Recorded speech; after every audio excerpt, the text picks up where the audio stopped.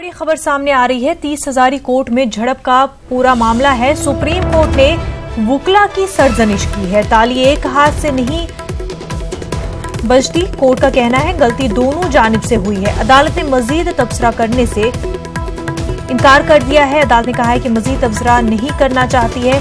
काफी अहम खबर, 30 हजारी कोर्ट में झड़प का मामला पेश आया था पुलिस और वकीलों के दरमियान। सुप्रीम कोर्ट ने वुकला की सरजनिश की है। ताली एक हाथ से नहीं बजती, कोर्ट का कहना है गलती दोनों जानिब से हुई है। इस मामले में अदालत मजीद तबसरा नहीं करना चाहती है।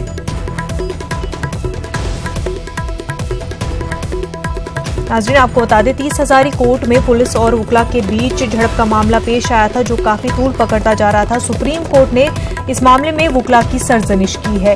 अदालत का कहना है कि ताली एक हाथ से नहीं बजती, गलती दोनों जानिब से हुई है। इस पूरे मामले को लेकर के अदालत मजीद तबसरा नहीं करना चाहती।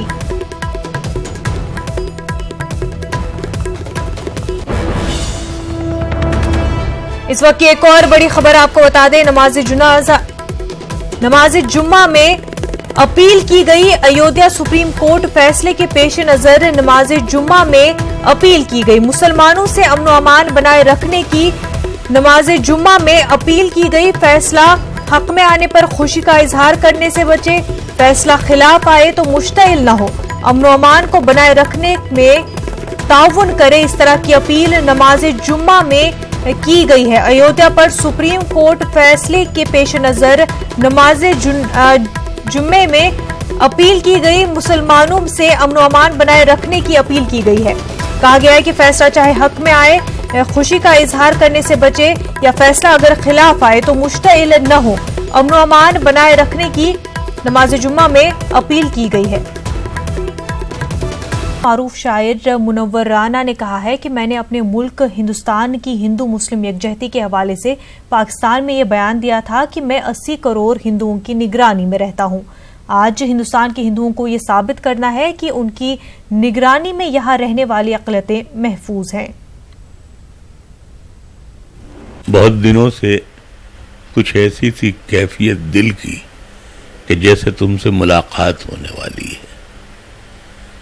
आज बहुत दिनों के बाद आप लोगों को सलाम करने का, आपसे गुफ्तगू और बात करने का मौका मिल रहा है।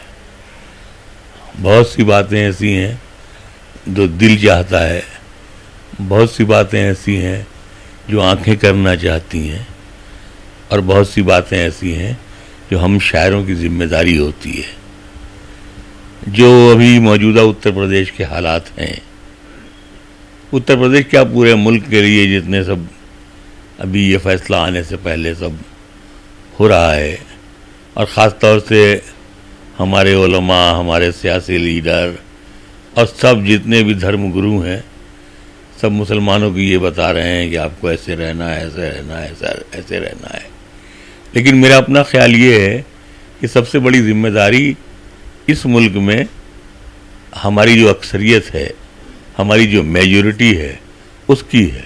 मैंने तकरीबन 30 साल पहले जब मैं पाकिस्तान गया था, जो उस वक्त भी हमारा दुश्मन मुल्क था शायद, और आज बिल्कुल यकीनन वो दुश्मन मुल्क है, तो मैंने वहाँ ये बात जब उन लोगों ने इंटरव्यू में मुझसे पूछी थी, तो मैंने ये कहा था कि मैं 80 करोड़ हिंदुओं की निगरानी में रहता हूँ, और दुनिया में इससे बड़ा सेफ्टी कवच तैयार नहीं हो सकता है।